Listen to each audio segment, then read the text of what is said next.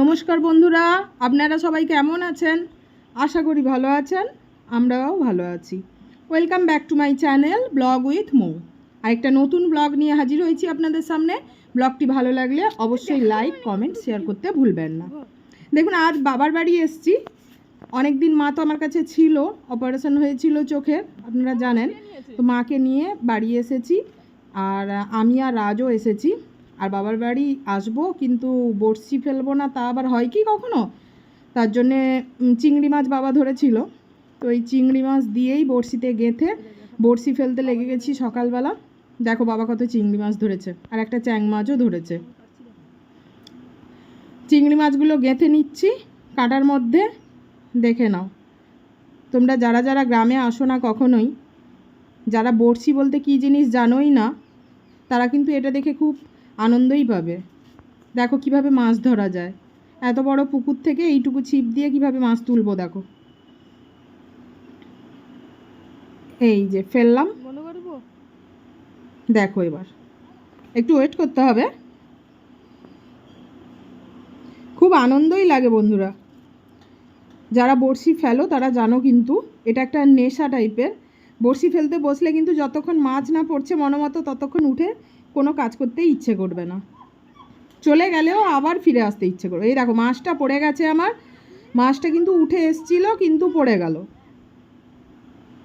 ইস, কি লস! একটা মাছ পড়ে যাওয়া মানে। ওকে তুলতেই পারিনি, আমার হাতে একটু ব্যথা রয়েছে, ওর জন্য ওকে তুলতেই পারলাম না, ও খুলেই পড়ে গেল। বড় মাছ ছিল। তা আবার গেঁথে নিব চিংড়ি একটা। আরেকটা একটু দিদুনকে ডাক, দেখা দিদি না, ও দিদি না,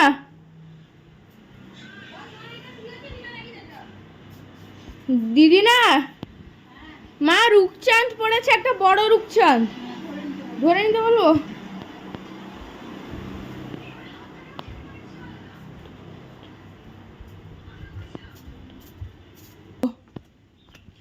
হুম, ধরে নিব।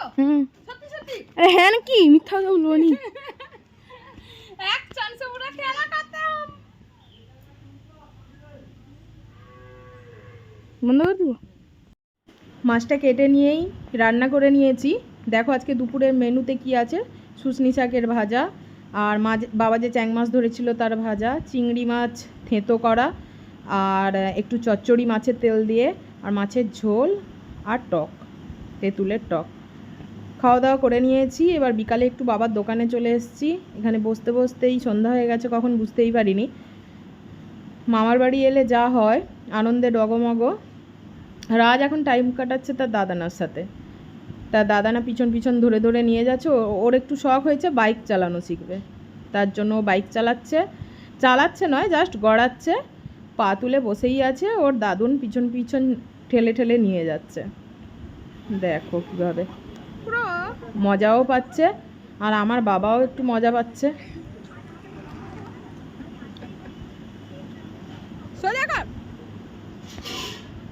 দারুণ আনন্দের ব্যাপার।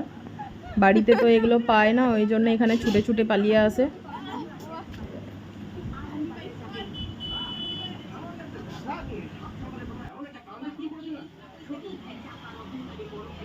টাটা বন্ধুরা, আজ এই পর্যন্তই। Thanks for watching.